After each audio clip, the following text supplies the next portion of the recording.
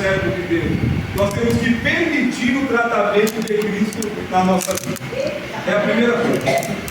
Nós que aceitamos a Cristo, que levantamos a mão para Jesus quando o Espírito Santo me convenceu e te convenceu do pecado e da justiça e do juízo, é permitir que Deus, que o Espírito Santo, que o seu Filho Jesus trate conosco a cada dia para que nós venhamos estar sendo totalmente restaurados. Glória a Deus. Nós vamos ver que quando Pedro ele se encontra com Cristo, nessa questão aqui, primeiro que ele já estava desviado.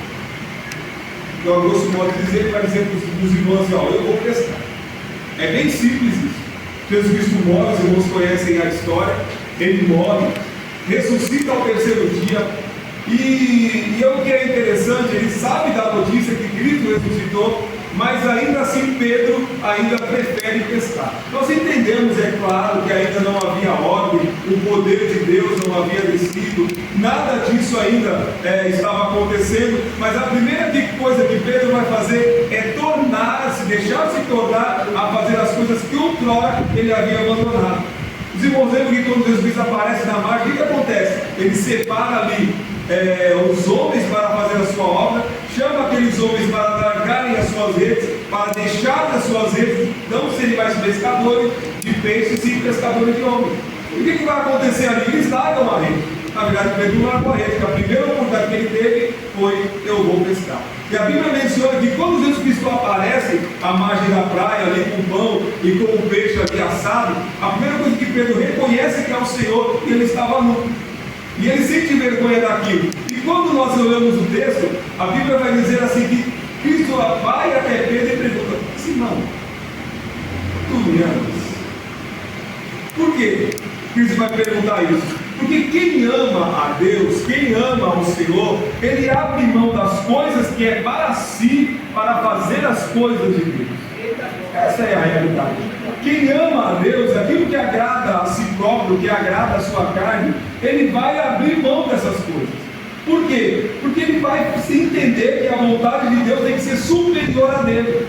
E é isso que nós vamos entender aqui. E Cristo vai fazer essa indagação a Pedro por 3 vezes.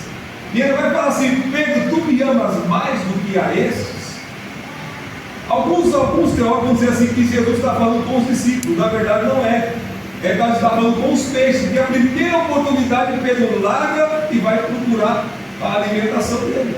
E aí é onde nós entramos na questão. Nós entendemos, olha o que Cristo vai dizer para Pedro, verso de número 18: na verdade te digo, quando era mais moço, nós vamos entrar nesse contexto aqui, quando era mais moço, te cingia-te de ti mesmo, e andava aí por onde querias, mas quando já fores velhos, ele estenderá as tuas mãos, e outro te cingirá, e te levará para onde tu não queiras.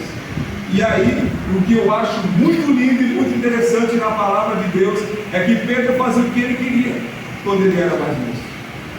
Só que agora ele é um homem que tem que ser restaurado, tem que ser moldado, tem que ser lapidado. Por quê? Porque o que Pedro iria fazer? Cristo mesmo assim: Pedro, tu me amas, então você apacenta as minhas ovelhas.